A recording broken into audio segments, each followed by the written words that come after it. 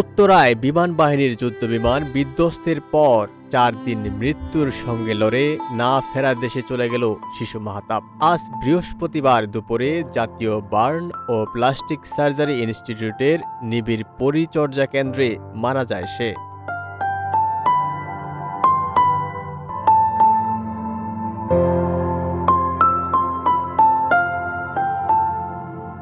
বিষয়টি নিশ্চিত করেছেন জাতীয় বার্ন ও প্লাস্টিক সার্জারি ইনস্টিটিউটের আবাসিক সার্জন ডাক্তার শাওন বিন রহমান। মাহতাব রহমান ভূঁইয়া উত্তরার মাইলস্টোন স্কুল অ্যান্ড কলেজের 7ম শ্রেণীর শিক্ষার্থী ছিল।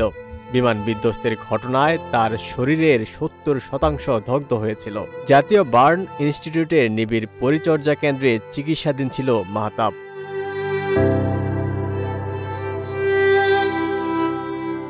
মাহতাবের পৈতৃক নিবাস কুমিল্লার দেবিদ্বার উপজেলার রাজমেহার ইউনিয়নে।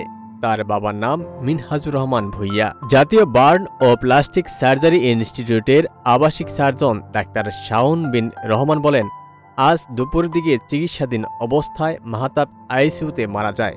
তার শরীরের 85% পুড়ে গিয়েছিল।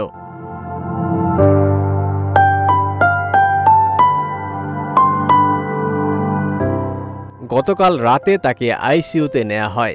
এর আগে আমাদের জাতীয় বার্নে আরও 11 জন চিকিৎসাধীন অবস্থায় মারা যায়।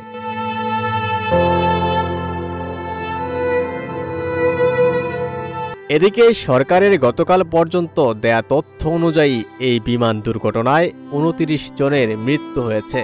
সে হিসেবে মাহতাবকে দিয়ে মৃত্যুর সংখ্যা দাঁড়ালো 30 জনে। তবে আন্তঃবাহিনী জনসংযোগ পরিদপ্তরের গতকাল পর্যন্ত তথ্য অনুযায়ী মৃতের সংখ্যা ছিল 31 জন।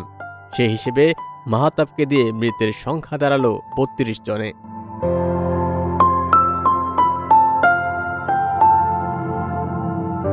ওমর ফারুক, ঢাকা প্রকাশ।